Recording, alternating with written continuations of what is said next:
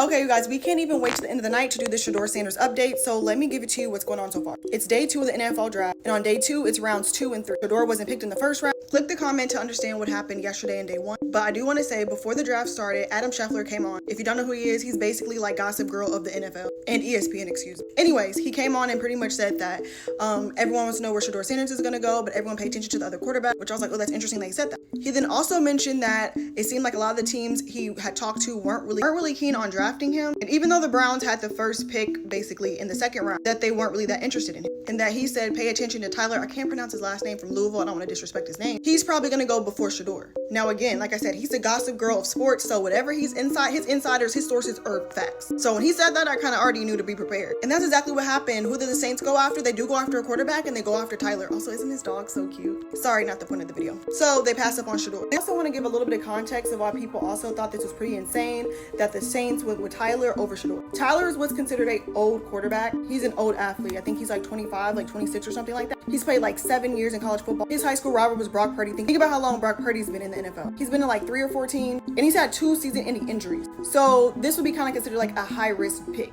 And people have been talking about that the entire draft process, like not today, but just like this whole entire year, about the risk it would be with having him as a quarterback just because of his age, his injuries, and all those kinds of things. So it's also a film making another statement for them to simply take this young man over Shedeur. Again, not trying to diss him at all. You guys didn't want Shedeur Sanders that badly that you just ignored the red flags that you all have identified about this young man this entire time. Now, 3 quarterbacks that have went before Shedeur Sanders has gotten off the board, and besides Cam Ward, none of the other quarterbacks should have went before him. No disrespect to anybody else. I look up again because it's the Saints now is picking again. What I see on the bottom of my screen, I see it says round 3. Shedeur Sanders wasn't even drafted in the 2nd round either. Yeah, we're all the way into the 3rd round.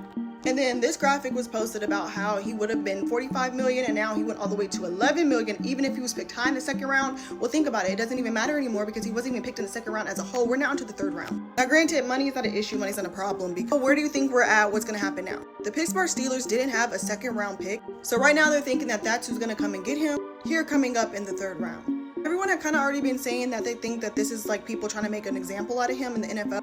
And I don't know, I'm definitely kind of believing it now. Let me know what you guys think. And obviously I think there's been conversations that's been going on where they were at his draft party yesterday. Because, I mean, the video is funny of Shiloh, but basically if you pay attention to the wording that Shiloh used, he said, if they're doing this to you, if they're making you wait, what do you think they're going to do to me?